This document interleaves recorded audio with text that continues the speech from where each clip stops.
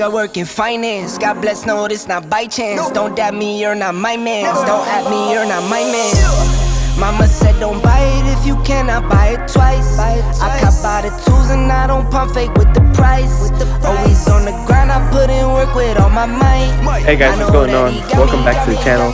And if you're new, my name is LJ and you're watching NoClutch Garage. Today we're going to be installing the oil catch can from BMS on my car. I bought the oil catch can recently because I knew that I was going to be changing the setup on my car and it would probably be a good idea to get it. What I didn't know is that the new setup that I have was going to completely eliminate the crankcase ventilation hose from going into my intake. So theoretically I really don't need it, but the hose is still there and it's still attached, and those pollutants that come out of there and the excess oil, they have to go somewhere, right? So I don't want them to gunk up my engine bay. It's actually going to be catching all the oil and all that stuff and preventing it from going everywhere in my engine bay.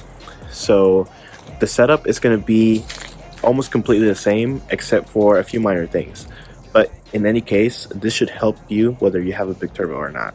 So let's go ahead and get this done and I'll show you step by step how to do all of this. Alright, so the catch can itself looks like this, and you open it and this is basically where all the pollutants and oil and stuff is gonna get caught. So that's what it looks like. It's gonna go in there. Right, so it's really sturdy design. And then we have an adapter that goes to the crankcase ventilation. We have this thing right here which is going to hold it in place, and we have the piping, and the piping looks really good. So as I said it earlier, there's going to be oil and pollutants that get caught in this, and basically the problem is with these direct injection engines, when you have the crank ventilation piping routed back into the intake, all those pollutants don't really go anywhere but back into the engine. And the issue with that is that since you have direct injection, the injectors aren't directing the fuel onto the intake valves. Instead, they're just going straight into the cylinder, so the intake valves never get clean. And so as a result, all those pollutants and all that oil goes back in through the manifold and onto the intake valves, and they just get gunked up. And the N54 engines are really bad about this.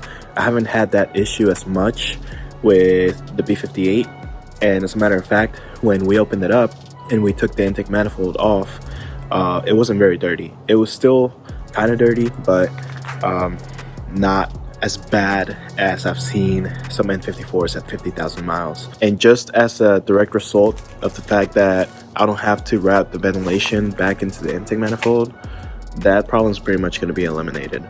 And also because of the CPI and the fuel being sprayed into the manifold through the intake valves, it's probably going to help clean all that up too.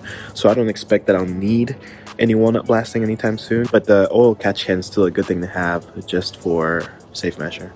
Alright, now let's go into the engine bay and show you how to install this. Alright, so as we come here to the engine bay, first thing I'm going to do is remove this engine cover.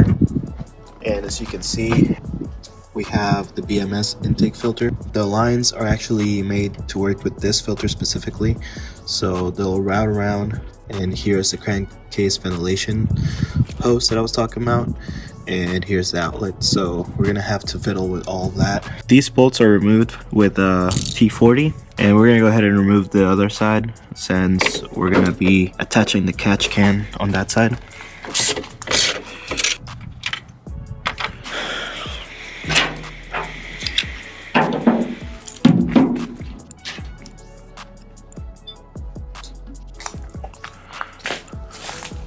And remember guys, this kit only works with this intake from BMS. So unless you have this, it's not going to fit. It's going to fit kind of weird. You can still get the catch can. You're just going to have to modify the lines a little bit to make it work. Alright, so now we're going to work as if it was just a regular setup. So first thing I want to do is I'm going to go ahead and set this up.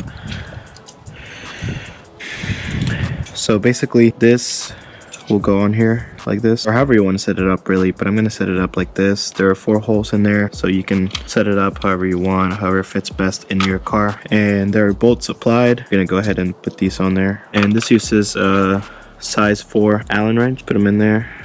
I wouldn't tighten them all the way up, just so we have some room to work with. If we need to slide it forward or backward, you can still do that. And then just attach this end right here, and again tighten it with the T40. Alright, so now if you look at this adapter, we're gonna go ahead and attach that, and this is gonna go right here. There you go.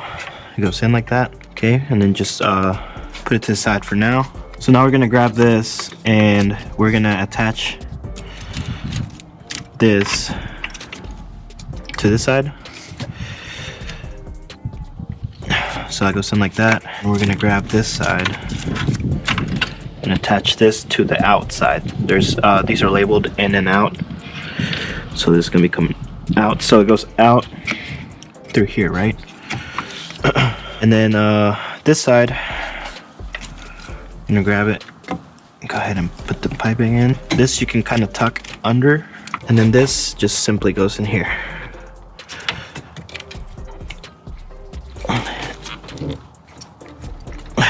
Now we have a catch can set up.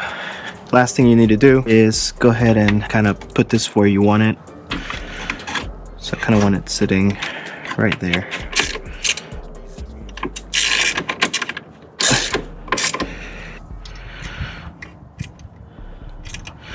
See how it's set where you want it.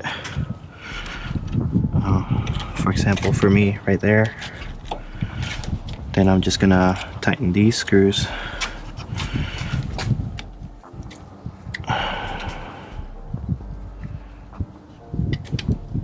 And now it's where it needs to be. So now when you go empty this, you can just unscrew these and then take the bottom out, and now we're done with installation. I think it's pretty simple, right?